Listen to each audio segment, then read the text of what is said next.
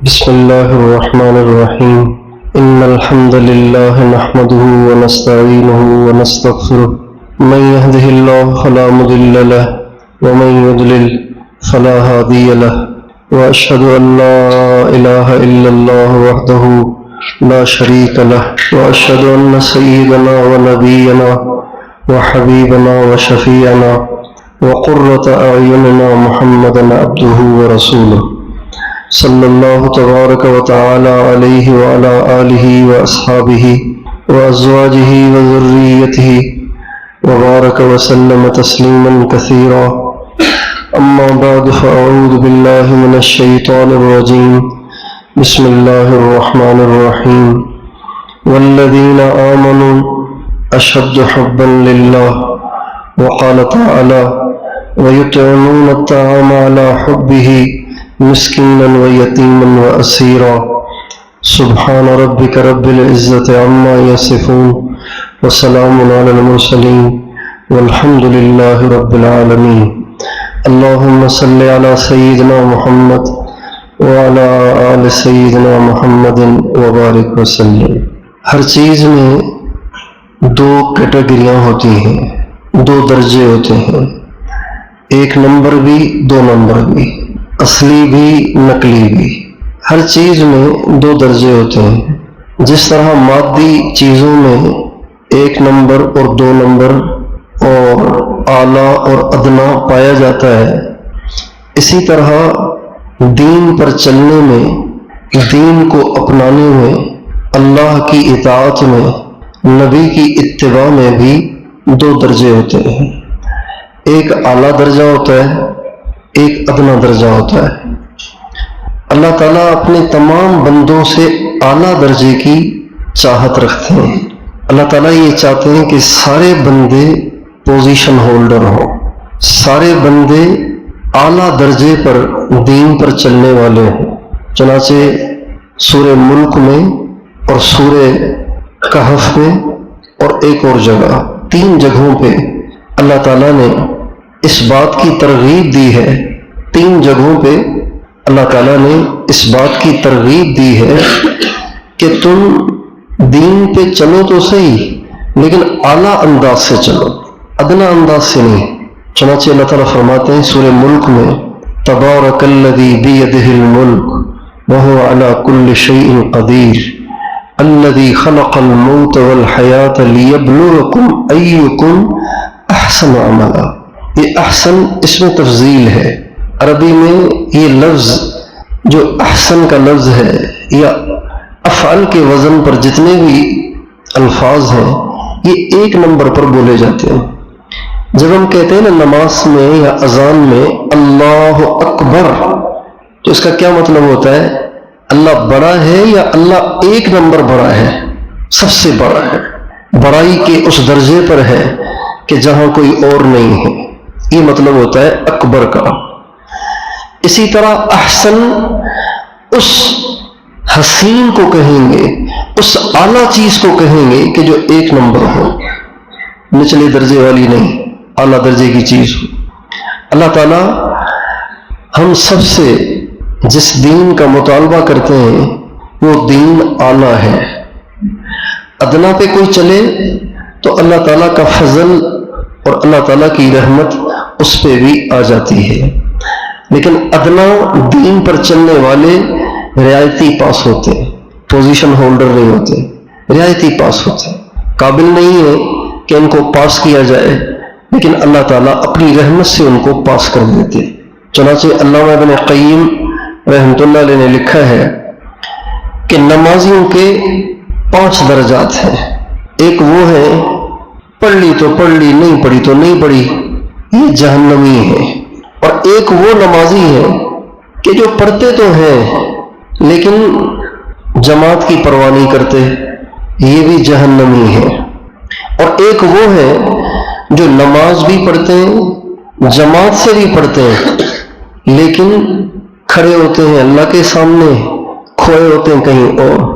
ان کو قیامت کے دن اللہ تعالیٰ بلائیں گے اور فرمائیں گے تمہیں بادشاہ کے سامنے کھڑے ہونے کی تمیز نہیں ہے؟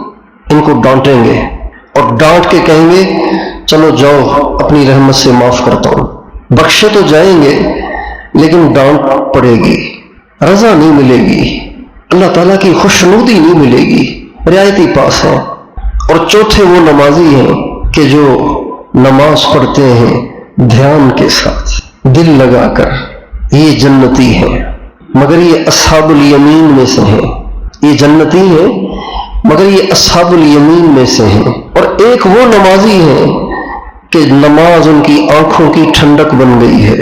نماز نہ پڑھیں تو مزہ نہیں آتا. ان کی ساری خوشیاں نماز میں منحصر ہو گئی ہیں. جیسا کہ نبی کریم صلی اللہ علیہ وسلم فرماتے ہیں جعلت قرۃ عینی فی الصلاۃ، میری آنکھوں کی ٹھنڈک نماز میں ہے. یعنی نماز کے علاوہ کسی اور چیز میں مزہ نہیں آتا. جب نماز پڑھ چکتے ہیں تو سوچتے ہیں پتہ نہیں عصر کا ٹائم کب آئے گا. عصر پڑھ لیں پھر سوچتے ہیں پتہ نہیں مغرب کا ٹائم کب آئے گا. جب مغرب پڑھ لیتے تو پھر انتظار کرتے ہیں کہ عشاء کا وقت کب آئے گا. پھر فجر کا انتظار کرتے ہیں فجر کا وقت کب آئے گا. پھر انتظار کرتے ہیں کہ ظہر کا وقت کب آئے گا.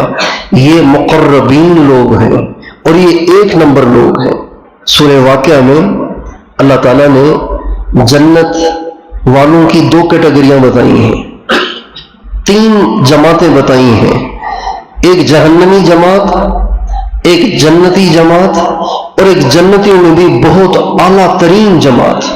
قرآن مجید میں رعایتی پاس لوگوں کا تذکرہ نہیں ہے، اس لیے وہ تو لائق نہیں ہے، رعایتیں ان کو داخل کیا جاتا ہے. چنانچہ اللہ تعالیٰ فرماتے ہیں اذا وقعت الواقعہ لیس لوقعتها کاذبہ خافضۃ رافعہ اذا رجت الارض رجا وبست الجبال بسا فكانت هباء منبثا وكنتم ازواجا ثلاثا فاصحاب الميمنة ما اصحاب الميمنة واصحاب المشأمة ما اصحاب المشأمة. اب یہ آپ لہجے سے سمجھیں کہ اللہ کی منشا کیا ہے. اللہ تعالیٰ فرماتے ہیں دائیں ہاتھ والے بہت اچھے لوگ ہیں، دائیں ہاتھ والے بڑھیا لوگ ہیں دائیں ہاتھ والے، اور بائیں ہاتھ والے بڑے نکمے اور بڑے کم بخت ہیں بائیں ہاتھ والے. آگے فرماتے والسابقون السابقون اولئک المقربون. آگے اللہ تعالیٰ فرماتے ہیں اور آگے بڑھنے والے وہ تو آگے بڑھ جائیں گے اور یہی ہے جو اللہ کے سب سے زیادہ قریب ہوں گے. اب یہ تین اللہ نے درجے بتائے. اب ترتیب تو یہ بنتی تھی کہ پہلے اصحاب الیمین کا تذکرہ تھا، اصحاب المیمنہ کا تذکرہ تھا تو ان کے انعامات بتائے جاتے، پھر اصحاب المشأمہ کا تذکرہ آیا تو ان کی سزائیں بتائی جاتی، سب سے آخر میں مقربین کے درجات بتائے جاتے. اللہ تعالیٰ نے ترتیب ذکر کرنے میں ترتیب تو الگ رکھی لیکن ان کے انعامات اور ان کی جزا اور سزا کی ترتیب ایسی بتائی کہ سب سے پہلے اللہ تعالیٰ نے مقربین کے انعامات بتائے. والسابقون السابقون اولئک المقربون فی جنات النعیم سنة من الاولین وقلیل من الاخرین علی سرر موضونہ متکئین علیہا متقابلین یطوف علیہم ولدان مخلدون بأکواب وأباریق وكأس من معين لا يصدعون عنها ولا ينزفون وفاكهة مما يتخيرون ولحم طير مما يشتهون وحور عين كأمثال اللؤلؤ المكنون جزاء بما كانوا يعملون. یہ سارے انعامات ایک نمبر لوگوں کے ہیں.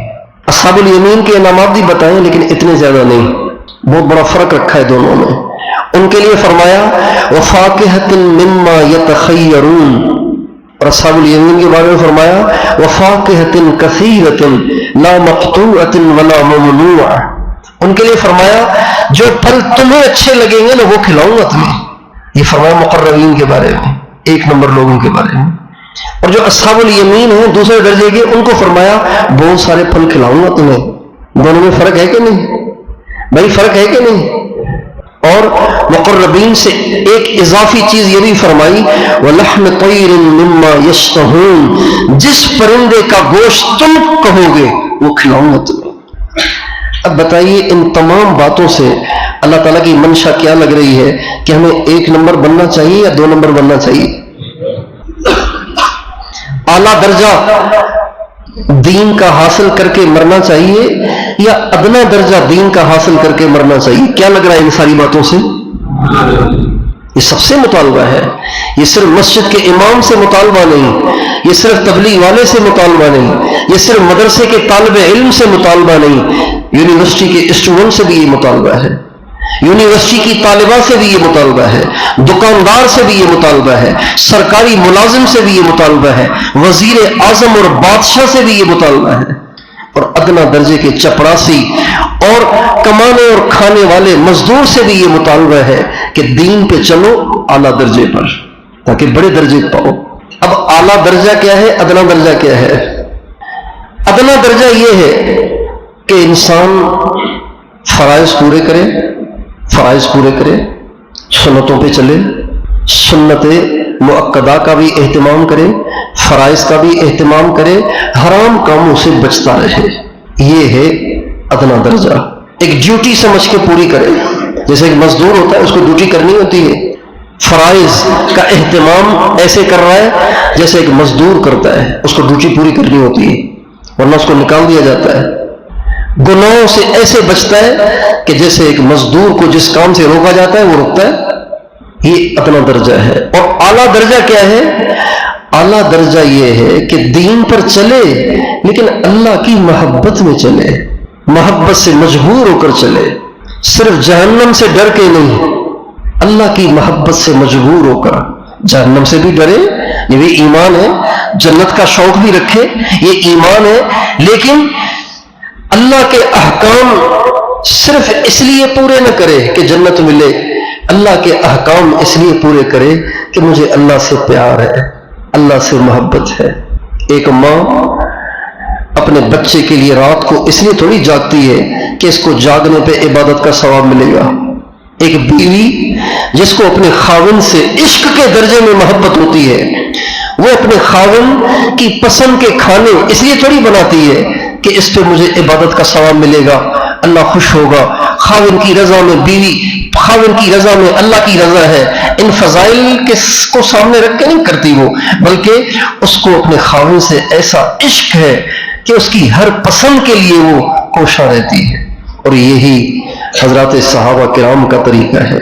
نبی کریم صلی اللہ علیہ وسلم کے صحابہ کے بارے میں اللہ گواہی دیتے ہیں، اللہ گواہی دیتے ہیں، محمد الرسول اللہ والذین آمنوا معه اشداء علی الکفار رحماء بینہم تراہم رکعا سجدا یبتغون فضلا من اللہ ورضوانا۔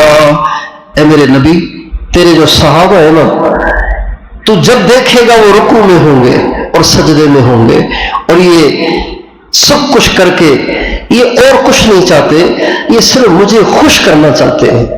اللہ اس کی گواہی دے رہے ہیں۔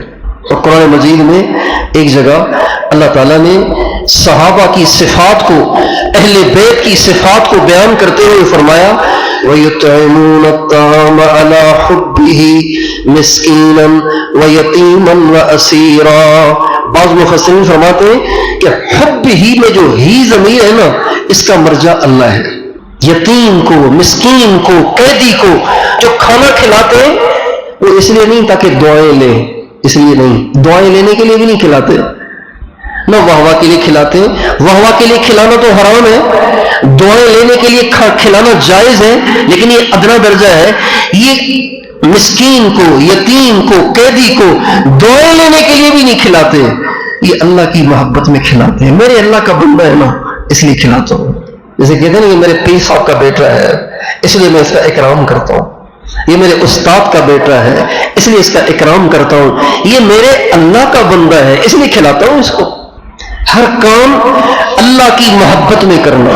حضرت عبداللہ بن جہش رضی اللہ تعالیٰ عنہ غزوہ احد کا واقعہ پیش آ رہا ہے، غزوہ احد ہے، احد میں پہنچے ہوئے کفار سے مقابلہ ہونے والا ہے، تو حضرت عبداللہ بن جہش حضرت سعد سے کہنے لگے سعد آؤ ذرا مل کے اجتماعی دعا تو کریں، اجتماعی دعا مل کر دعا، ایک دعا کرے دوسرا آمین کہے، اس کو اجتماعی دعا کہتے ہیں، تو آؤ ذرا مل کے دعا کرتے، میں تمہاری دعا پہ آمین کہوں گا، تم میری دعا پہ آمین کہنا، تم اپنی چاہت کو مانگو میں اپنی چاہت کو مانگتا ہوں، اس سے دعا جلدی قبول ہوگی۔ کہا بہت اچھا۔ جب دعا کے لیے ہاتھ اٹھائے تو عبداللہ بن جہش نے کہا پہلے آپ مانگیں، تو ان کے تو وہم و گمان میں بھی نہیں تھا کہ عبداللہ نے کیا مانگنا ہے۔ انہوں نے کہا یا اللہ میدان میں اترنا ہے، کسی بڑے کافر سے مقابلہ کرانا، کسی بڑے سے، بڑے کافر کو مارنے کا زیادہ ثواب ہے، چھوٹے کافر کو مارنے کا کم ثواب ہے، بڑے شر کو مٹانے کا بڑا اجر ہے، چھوٹے شر کو مٹانے کا چھوٹا اجر ہے۔ اس لیے حضرت سعد اللہ سے دعا کر رہے ہیں یا اللہ کسی بڑے کافر سے مقابلہ کرا اور اس کو میرے ہاتھوں قتل کرا تاکہ مجھے بڑا اجر ملے۔ حضرت عبداللہ نے کہا آمین۔ پھر حضرت عبداللہ کی باری آئی، کہنے لگے یا اللہ میرا بھی مقابلہ کسی بڑے کافر سے کرا، وہ مجھ پہ حملہ کرے میں اس پہ حملہ کروں، آخر اس کو مجھ پہ غالب کر دے اور وہ مجھے تیرے راستے میں قتل کر دے، پھر میری ناک بھی کاٹ دے، میرے کان بھی کاٹ دے، میری آنکھیں بھی نکال دے، میرے جسم کے ٹکڑے ٹکڑے کر دے اور میں کٹے ہوئے جسم کے ساتھ دفن ہو جاؤں، اور کل قیامت کے دن جب تیرے سامنے پیشی ہو، جبکہ میری ناک بھی نہ ہو، کان بھی نہ ہو، آنکھیں بھی نہ ہو، اور تو مجھ سے پوچھے عبداللہ یہ اتنا تیرا حشر کیوں ہوا، تو میں یہ کہہ سکوں تیری محبت میں، فیک یا رب تیرے لیے ہوا، تیری محبت میں ہوا۔ اللہ تعالیٰ ہم سے یہ والا دین چاہتے ہیں۔ آج ہمارا دیندار طبقہ بھی سرسری دین پہ چلتا ہے، نماز پڑھ رہے ہیں لیکن بس پڑھ رہے ہیں، 50 سال ہو گئے نمازیں پڑھتے پڑھتے، اب بھی نماز کا حال وہی ہے، اب بھی سجدے میں مزہ نہیں آتا، اب بھی رکوع میں مزہ نہیں آتا، اب بھی رکوع کی تسبیح میں اضافہ نہیں ہوا، ابھی بھی سجدے کی تسبیح میں اضافہ نہیں ہوا۔ نوکری میں پروموشن نہ ہو تو نیند نہیں آتی، وظیفے کر کر کے لوگوں سے دعائیں کراتے، لیکن رکوع میں پروموشن نہیں ہوا، قیام میں پروموشن نہیں ہوا، سجدے میں پروموشن نہیں ہوا، اس کی فکر نہیں۔ اللہ تعالیٰ فرماتے ہیں کہ اللہ پاک کی منشا یہ ہے کہ بندہ کسی ایک حالت پہ پہنچ کے مطمئن نہ ہو جائے، بلکہ اور آگے بڑھنے کی کوشش کرے، اور آگے بڑھنے کی کوشش کرے، اور آگے بڑھنے کی کوشش کرے۔ جسے ایک آدمی 4 مہینے لگاتا ہے، اس کی خواہش ہوتی ہے کہ اب جلدی میرے 2 چلے اور لگ جائیں تاکہ بیرون سفر ہو جائے، خواہش ہوتی ہے۔ ایک دفعہ لگا کے آ جائے نا 7 مہینے، خواہش ہوتی ہے کہ جلدی 2 چلے اور لگاؤں پھر جاؤں، ہر سال 4 مہینے لگاؤں، رائے میں مقیم بن جاؤں، 1 مہینہ ادھر 1 مہینہ ادھر، یہ خواہش ہوتی ہے۔ ایک مدرس مدرسے میں پڑھاتا ہے، جب پڑھانے کے لیے آیا تو علم الصرف دے دی گئی، علم النحو دے دی گئی، اب اس کی خواہش ہوتی ہے قدوری کب ملے گی۔ جب قدوری پڑھانے لگ جاتا ہے اس کی خواہش ہوتی ہے ہدایہ کب ملے گی۔ جب ہدایہ پڑھانے لگ جاتا ہے اس کی خواہش ہوتی ہے مشکات کب ملے گی، حدیث کب ملے گی۔ جب مشکات بھی مل جائے اسے خواہش ہوتی ہے دورے کا سبق کب ملے گا، اور دورے کا بھی مل جائے پھر یہ خواہش ہوتی ہے کہ بخاری کب ملے گی۔ مگر یہ سب مادی چیزیں ہیں، یہ سب مادی چیزیں ہیں، حقائق نہیں ہیں، حقائق نہیں ہیں۔ حقائق کیا ہے؟ حقائق اللہ اور اس کے رسول سے دل سے محبت کرنا، دل کی گہرائیوں سے اللہ اور اس کے نبی کو چاہنا، یہ وہ حقائق ہیں جس میں ہمیں آگے بڑھنے کا حکم ہے۔ چنانچہ اللہ تعالیٰ فرماتے ہیں سارعوا الی مغفرۃ من ربکم وجنہ ارضها السماوات والارض اعدت للمتقین سابقوا الی مغفرۃ من ربکم وجنہ ارضها كعرض السماء والارض والسابقون السابقون اولئک المقربون فاستبقوا الخیرات۔ ان تمام آیات میں اللہ تعالیٰ ہمیں اس بات کی ترغیب دے رہے ہیں کہ جس حال میں تم ہو نا اس حال میں مطمئن نہ ہو، اور آگے بڑھو، اور آگے بڑھو، اور آگے بڑھو، اللہ کی رضا کے کاموں میں آگے بڑھو۔ ظاہری بات ہے یہ تو بات نہیں ہے کہ جو مشکات پڑھا رہا ہے اس سے اللہ کم راضی ہے، جو بخاری پڑھا رہا ہے اس سے اللہ زیادہ راضی ہے، تو نہیں ہے۔ اللہ تو اس سے راضی ہے جس میں اخلاص زیادہ ہے، چاہے وہ نورانی قاعدہ پڑھا رہا ہو، چاہے وہ قطبی اور شرح تہذیب پڑھا رہا ہو، یہ منطقی کتابیں ہیں، جو علماء نہیں ہیں وہ نہیں سمجھیں گے اسے۔ تو ایک نمبر دین، ایک نمبر اتباع، ایک نمبر اطاعت یہ ہے کہ دین پہ چلا جائے اللہ کی محبت کے ساتھ، جی جان کے ساتھ، جی جان کے ساتھ، اللہ کی محبت کے ساتھ، اندر سے اللہ کو چاہ کر، اندر سے حضور کو چاہ کر ایسے دین پہ چلو۔ یہ حقیقت ہے دین کی، یہ روح ہے دین کی، یہ جو کیفیات ہیں، جو اللہ سے محبت ہے، اللہ سے عشق ہے، حضور سے عشق ہے، حضور سے محبت ہے، یہ روح ہے دین کی۔ اگر یہ روح نہ ہو تو یہ دین ایسے ہے جیسے کوئی مریل سواری ہو، تو اس پہ جب آدمی چڑھے گا تو ظاہری بات ہے پھر اس کی رفتار بھی ویسی ہوگی۔ قرآن ہم بھی پڑھتے ہیں، قرآن صحابہ بھی پڑھتے تھے، سبحان اللہ۔ صحابہ جب قرآن پڑھتے تھے تو ایسے پگھلتے تھے جیسے گھی دھوپ میں پگھلتا ہے، ایسے روتے تھے جیسے غموں کا مارا ہوا روتا ہے۔ قرآن پڑھتے تھے۔ حضرت عمر کے بارے میں مشہور ہے کہ جب نماز پڑھاتے تھے تو فجر کی نماز لمبی پڑھائی جاتی ہے تو اتنا روتے تھے، اتنا روتے تھے کہ رونے کی آواز آخری صفوں تک آتی تھی، اسپیکر نہیں تھے۔ اور ہمارے نبی کی جو مسجد ہے وہ اتنی مسجد نہیں تھی، ہمارے نبی کے زمانے میں بھی جو مسجد تھی وہ اتنی نہیں تھی، اس سے بہت بڑی تھی، آخر تک آواز جاتی تھی، اور بعض دفعہ روتے روتے گر جاتے تھے اور اٹھا کے گھر لے جائے جاتے تھے۔ تقشعر منه جلود الذين يخشون ربهم وإذا تليت عليهم آياته زادتهم إيمانا وعلى ربهم يتوكلون۔ قرآن ان پہ اثر کرتا تھا، قرآن ان پہ اثر کرتا ہے کہ جو دل سے اللہ کو چاہتے ہیں، جو اندر سے خالی ہو، اوپر اوپر سے عبادات کو مظلوم کی طرح سے سر انجام دیتے ہو، ان پہ قرآن اثر نہیں کرتا۔ وہ 30 پارے سنتے ہیں تراویح میں، 30 پارے سنتے ہیں تراویح میں، تراویح میں 30 پارے سنتے ہیں، لیکن عید کی صبح کو ہی جا کے داڑھی منڈا دیتے ہیں اور عید کے دن ہی ظہر کی نماز میں نظر نہیں آتے ہیں، حالانکہ 30 پارے سنے تھے تراویح میں۔ امام اعظم ابو حنیفہ رحمۃ اللہ علیہ ایک دفعہ تہجد پڑھ رہے تھے، تہجد میں یاسین شریف کی تلاوت کر رہے تھے۔ تہجد میں یاسین پڑھنا بڑا مفید عمل ہے، تہجد میں یاسین شریف پڑھنا بہت مفید عمل ہے۔ سید الطائفہ اعلیٰ حضرت حاجی امداد اللہ صاحب مہاجر مکی رحمۃ اللہ علیہ اس کی بہت ترغیب دیتے تھے اور فرماتے تھے جب تہجد میں یاسین پڑھی جائے تو وہاں 3 دل جمع ہو جاتے ہیں، 3 دل۔ ایک دل رات کا جو دل ہے، یعنی رات کا جو اہم حصہ ہے وہ ہے رات کا آخری تہائی حصہ۔ تہجد بھی سب سے زیادہ اسی وقت پڑھنا اعلیٰ ہے، زیادہ اجر کا باعث ہے۔ تہجد عشاء کے بعد بھی پڑھ سکتے ہیں، سونے سے پہلے بھی پڑھ سکتے ہیں، 12 بجے بھی پڑھ سکتے ہیں، 1 بجے بھی پڑھ سکتے ہیں، 2 بجے بھی پڑھ سکتے ہیں، لیکن سب سے افضل تہجد وہ ہے جو رات کے آخری تہائی حصے میں پڑھی جاتی ہے، اور رات شروع ہوتی ہے مغرب سے، ختم ہوتی ہے صبح صادق پر۔ اگر اس سارے اوقات کو جمع کر لیا جائے پھر اس کے 3 حصے کیے جائیں تو جو آخری تیسرا حصہ ہے اس میں تہجد پڑھنا سب سے افضل ہے۔ اور ہمارے نبی کا ارشاد ہے جب آخری تہائی حصہ آتا ہے تو اللہ تعالیٰ پہلے آسمان پہ تشریف لاتے اور پہلے آسمان پہ تشریف لا کے آوازیں لگاتے، حل من داع فاستجیب لہ، حل من تائب، حل من مستغفر، کوئی ہے گناہوں کی بخشش چاہنے والا، کوئی ہے توبہ کرنے والا، کوئی ہے دعائیں مانگنے والا، میں اس کی ساری دعائیں قبول کر لوں، اس کے گناہوں کو معاف کروں، اس کی توبہ کو قبول کروں اور اس کی پریشانیاں اور اس کی حاجات پوری کروں۔ تو تہجد کے وقت میں یاسین شریف پڑھنا بہت مفید عمل ہے۔ ہمارے مشائخ نقش بند کا معمول ہے کہ وہ تہجد کی 8 رکعت سنت ہے۔ ہمارے نبی 8 رکعت تہجد مستقل پڑھتے تھے، کبھی 10 بھی پڑھی ہے، کبھی 12 بھی پڑھی ہے، لیکن 8 مستقل پڑھی ہیں، 8 رکعتیں تہجد کی، اور یاسین کی ہیں 80 آیتیں۔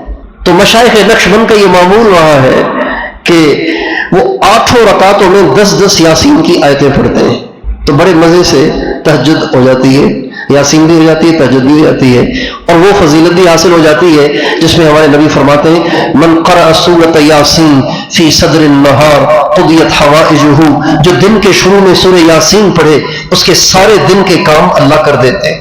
یہ فضیلت بھی حاصل ہو جاتی ہے، چونکہ رات کا آخری حصہ یہ دن کا ابتدائی حصہ ہوتا ہے. تو امام اعظم ابو حنیفہ رحمۃ اللہ علیہ تہجد پڑھ رہے تھے اور تہجد میں یاسین پڑھ رہے تھے. یاسین پڑھتے پڑھتے جب اس آیت پہ پہنچے وَامْتَازُوا الْيَوْمَ أَيُّهَا الْمُجْرِمُونَ، اے مجرموں آج الگ ہو جاؤ. اب یہاں تو اچھے برے سارے کٹھے ہیں نا، اچھے برے سارے کٹھے ہیں، پتہ ہی نہیں چلتا کون اچھا ہے کون برا ہے. بہت سے بظاہر اچھے اندر میں بہت گندے ہوتے ہیں اور بہت سے بظاہر گندے اندر میں بہت اچھے ہوتے ہیں. پتہ ہی نہیں چلتا یہاں کون اچھا کون برا. اس لیے کسی کو بھی برا نہیں جاننا چاہیے، اس لیے کہ جس کو ہم برا سمجھ رہے ہیں ہو سکتا ہے وہ بہت اچھا ہو. قیامت کے دن اللہ تعالیٰ اعلان فرمائیں گے کہ دنیا میں تو تم سارے کٹھے تھے، یہاں کٹھے نہیں رہو گے تم، اس لیے کہ سب کا انجام الگ ہوگا. لہٰذا نیک الگ ہو جائیں، برے الگ ہو جائیں. اب جب برے الگ ہو جانے کا حکم ہوگا تو اب کون دعویٰ کرے کہ جی میں تو اچھا ہوں؟ تو بتائیے کتنے خطرے کی بات ہے. اگر یہاں اعلان ہو بھائی جتنے اللہ والے ہیں وہ سارے اس طرف آ جائیں اور جتنے گناہ گار ہیں سارے اس طرف آ جائیں، اب بتائیے کوئی اس طرف آنے کی ہمت کرے گا؟ کون کہے گا میں اللہ والا ہوں؟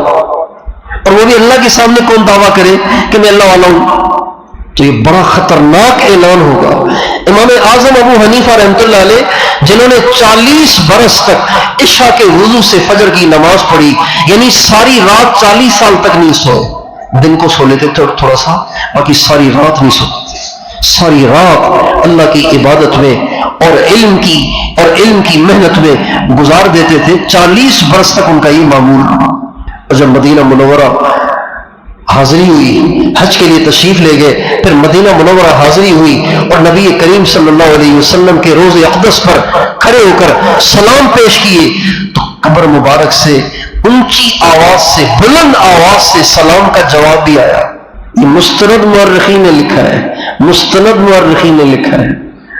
اتنے بڑے آدمی، لیکن جب یہ آیت آئی تو اتنا روئے کہ فجر کی اذان تک روتے رہے اور یہ آیت پڑھتے رہے. اس ایک آیت کا اتنا ان پہ اثر ہوا. چونکہ ہم سرسری دین پہ چلتے ہیں، اسے جب قرآن پڑھتے ہیں قرآن کا ہم پہ اثر ہی نہیں ہوتا. مولانا الیاس صاحب رحمۃ اللہ علیہ کے بارے میں ہم نے اپنے بڑوں سے سنا کہ قرآن پاک کھول کے سامنے پڑھنا شروع کرتے تھے اور ایک ایک آیت کو پڑھتے تھے اور پڑھتے جاتے تھے اور روتے جاتے تھے، پڑھتے جاتے تھے اور روتے جاتے تھے، پڑھتے جاتے تھے اور روتے جاتے تھے. بعض دفعہ ایک ایک آیت پر کتنی دیر تک روتے رہتے تھے. اور یہ ان کا روزانہ کا معمول، یہ نہیں کہ کبھی کیفیت بنی ہوئی ہے، طبیعت پہ رکت طاری ہے، کھانا کم کھایا ہوا ہے، ذکر بہت زیادہ کیا ہوا ہے تو کیفیت بنی ہوئی ہے اس لیے کبھی ہو گیا ایسے نہیں. یہ ان کا روزانہ کا معمول تھا، روزانہ کا معمول تھا کہ قرآن کھلا ہوتا تھا، آیتیں زبان سے دہراتے جاتے تھے اور زار و قطار روتے جاتے تھے. میرے دوستو، ہم اور آپ اس بات کی دین پہ چل تو رہے ہیں، اکثر مجمع وہ بیٹھا ہوا ہے جو دین پہ چلتا ہے، دین پہ چل تو رہے ہیں، کیوں نہیں ہم اندر سے چلتے؟ کیوں نہیں ہم اس جذبے، اس کیفیت سے چلتے کہ جو کیفیت اور جذبہ اللہ کے ہاں سے مطلوب ہے؟ اللہ تعالیٰ کے ہاں سے یہ مطلوب نہیں ہے کہ عام لوگ تو عشاء کی 4 رکعت پڑھیں، جن کو مجھ سے عشق ہے وہ 12 رکعت پڑھیں، وہی 4 پڑھنی ہے. اور یہ 4 اگر ہم محبت سے پڑھ لیا کریں، جو دین کا کام ہم کر رہے ہیں اور جو نیکی کے کام ہم کر رہے ہیں، اگر یہ نیکی کے کام اللہ کی محبت میں کریں تو اللہ کی منشا پوری ہو اور جنت کے اعلیٰ درجات حاصل ہو. اور جس طرح دین مدارس سے اور علماء سے سیکھ کے اس پر عمل کیا جاتا ہے، اسی طرح وہ جو دین کے اندر کی روح اور کیفیات ہیں یہ ہمیں مشائخ سے سیکھنی پڑتی ہے. مسائل علماء سے سیکھنے ہیں اور جو قرآن کے حقائق ہیں، نماز کی جو حقیقت ہے، اللہ سے جو محبت ہے، اللہ کے نبی سے جو محبت ہے، یہ مشائخ کے یہاں سے ملتی ہے. اس وقت اللہ کا شکر ہے تبلیغ کا کام بھی بہت ہے، مدارس بھی اللہ کا شکر ہے بہت ہے. تبلیغ کی برکت سے لوگوں میں دین پہ چلنے کا شوق پیدا ہو رہا ہے اور لوگ اپنے بچوں کو اسکولوں سے نکال کے مدرسوں میں ڈال رہے ہیں. یونیورسٹیوں میں پڑھنے والے چہرے پہ داڑھی رکھ کر، سر پہ پگڑی پہن کر، ہاتھ میں تسبیح لے کے چل رہے ہیں. اور مدارس بھی بہت ہیں کہ اللہ کا شکر ہے کہ جتنی علماء کی تعداد آج ہے اتنی پہلے کبھی بھی نہیں ہوئی. جتنی حفاظ کی تعداد آج ہے اتنی پہلے کبھی بھی نہیں ہوئی. لیکن جو کیفیات اللہ کے ہاں مطلوب ہے ان کیفیات میں کمی ہے، اس لیے کہ ہمارا خانقاہی نظام ڈسٹرب ہے. اللہ والوں سے تعلق رکھنا، اللہ والوں کی صحبت میں بیٹھنا، اللہ والوں سے استفادہ کرنا اور ان کے دل میں جو اللہ نے دولت رکھی ہے اس کو حاصل کرنا، اس کا ماحول کمزور ہے اور کم ہے. اس کی ضرورت ہے. یہ جو دل کی دولت ہے، اللہ سے محبت ہے، اللہ کے نبی سے محبت ہے، دنیا سے بے رغبتی ہے، آخرت کا شوق ہے، جنت کا شوق ہے، جہنم کا خوف ہے، نیکی کی اہمیت ہے، سنت کی اہمیت ہے اور گناہ کی کراہیت ہے، یہ اللہ والوں کی صحبت سے آتی ہے.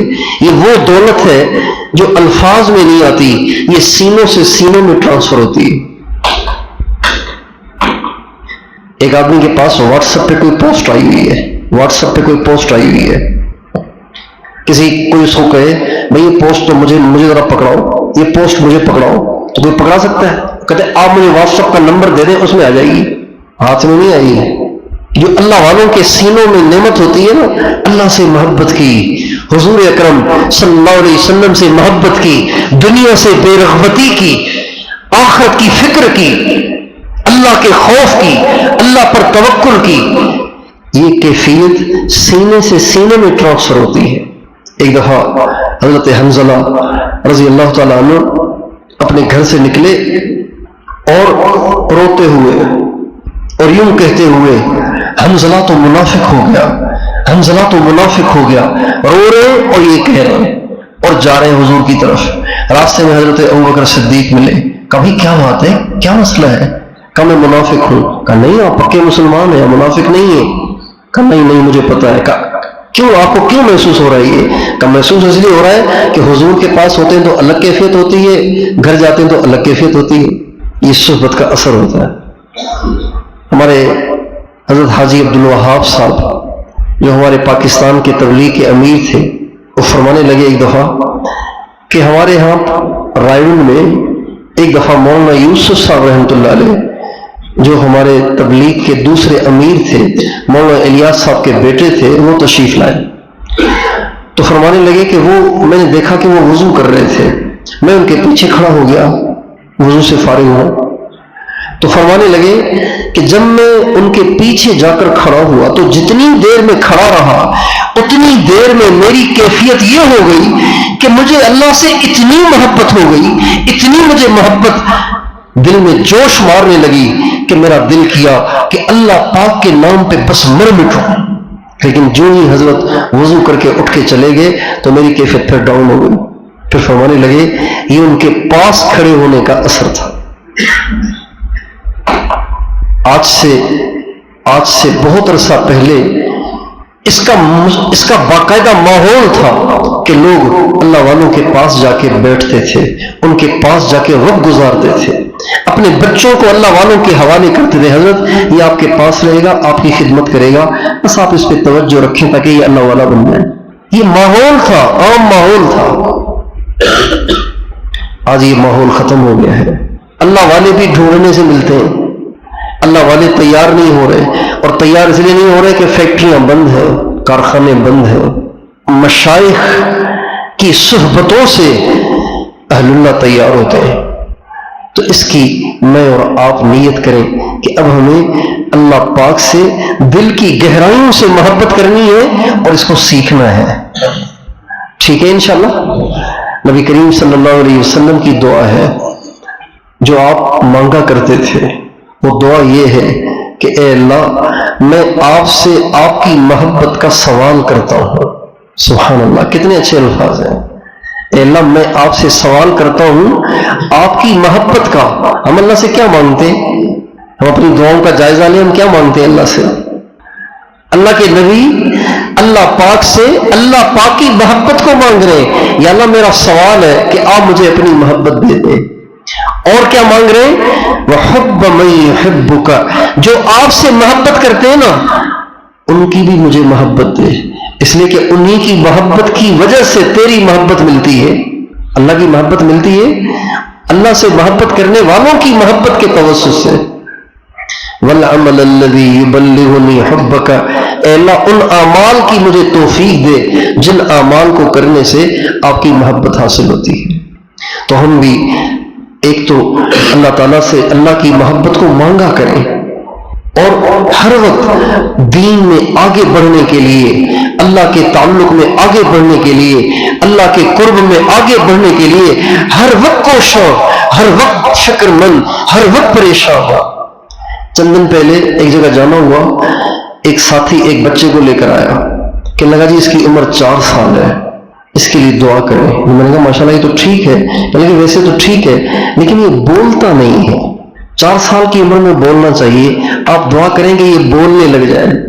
فکر مند ہے نا کہ بھئی جب 4 سال کا ہو گیا ہے تو اس عمر میں یہ ہونا چاہیے، لہٰذا اب اس کو یہ کیوں نہیں ہے، یہ ہونا چاہیے 4 سال کی عمر میں تو اچھا بولنا چاہیے، یہ کیوں نہیں بول پا رہا، ٹوٹے ٹوٹے الفاظ کیوں بولتا ہے۔ ایک ساتھی نے کہا کہ میرے بچے کے دانت نہیں آ رہے، ان کے لیے دعا کریں، عمر بڑی ہو گئی ہے دانت نہیں آ رہے۔ فکر مند ہے نا کہ بچہ بڑا ہو رہا ہے دانت نہیں آ رہے۔ کبھی ہمیں اس کی فکر ہوئی یا اللہ اتنے عرصے سے نمازیں پڑھ رہا ہوں اب بھی میری نمازیں بے جان ہیں، اتنے عرصے سے تیرا نام لے رہا ہوں اب بھی مجھے آپ سے وہ محبت نہیں جو آپ سے محبت ہونی چاہیے، اتنے عرصے سے کلمہ پڑھتا ہوں یا اللہ میں تو جدی پشتی مسلمان ہوں پھر بھی مجھے آپ سے وہ عشق اور محبت نہیں ہے جو آپ سے ہونا چاہیے، اے اللہ مجھے وہ اپنا عشق اور محبت دے، اس کے لیے فکر مند ہوں۔ حضرت ابوبکر صدیق رضی اللہ تعالیٰ عنہ باوجود اس کے کہ امت میں سب سے آگے آگے جا رہے ہیں، اس زمانے کے مسلمانوں کو صحابہ کہتے ہیں، صحابہ میں سب سے آگے آگے جا رہے ہیں، سب کو پتہ ہے کہ ابوبکر سب سے آگے آگے جا رہے ہیں، لیکن ابھی بھی بے فکر نہیں ہے کہ بس اب جو کمانا تھا کما لیا۔ اللہ کے نبی نے ارشاد فرمایا، ابو داؤد شریف کی حدیث ہے، اما انت یا ابا بکر فاول من يدخل الجنة من امتی، ابو بکر میری امت میں سب سے پہلے جنت میں آپ جائیں گے۔ تو جنت میں سب سے پہلے تو وہی جائے گا نا جس سے سب سے زیادہ اللہ راضی ہوگا، تو جب سب سے زیادہ اللہ راضی ہے تو پھر پریشان ہونے کی کیا بات ہے۔ لیکن حضرت ابوبکر صدیق دنیا سے جاتے وقت تک بھی بے فکر نہیں ہے بلکہ فکر مند ہیں، اور آگے بڑھوں اور آگے بڑھوں اور آگے بڑھوں۔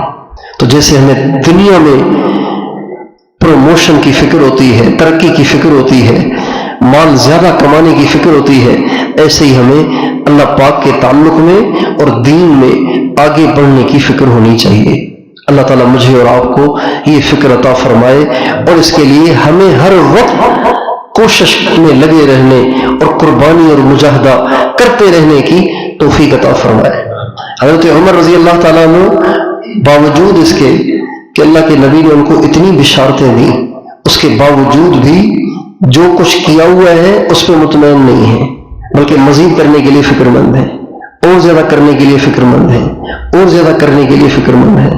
صحابہ کرام نے سوچا کہ عمر اتنے مجاہدے کرتے ہیں اور سوکھ کے کانٹا ہو گئے ہیں، کمزور ہو گئے ہیں، رات کو سوتے بھی نہیں ہیں، اچھے کپڑے بھی نہیں پہنتے ہیں، صحیح کھانا بھی نہیں کھاتے ہیں، تو کمزور ہو رہے ہیں، اتنے بڑے بڑے مہمان آ رہے ہیں، ان کے کپڑوں پہ 13 پیون لگے ہوئے ہیں، تو اچھا نہیں لگتا۔ چنانچہ چند صحابہ نے مشورہ کر کے حضرت حفصہ کو تیار کیا کہ آپ ان سے بات کریں۔ حضرت حفصہ نے جب بات کی تو حضرت عمر نے فرمایا، میں کبھی ایسے نہیں کروں گا بلکہ میں اپنے آپ کو کس کے رہوں گا اور زیادہ اپنے آپ کو مجاہدے میں چلاؤں گا تاکہ میں ابو بکر سے پیچھے نہ رہ جاؤں۔ چنانچہ اللہ تعالیٰ نے ان کے مجاہدے اور ان کی قربانی اور ان کی فکر کو قبول کیا، اور باوجود اس کے کہ جس جگہ دفن ہے اس جگہ دفن ہونے کا کوئی حق ہی نہیں بنتا، کوئی حق نہیں بنتا۔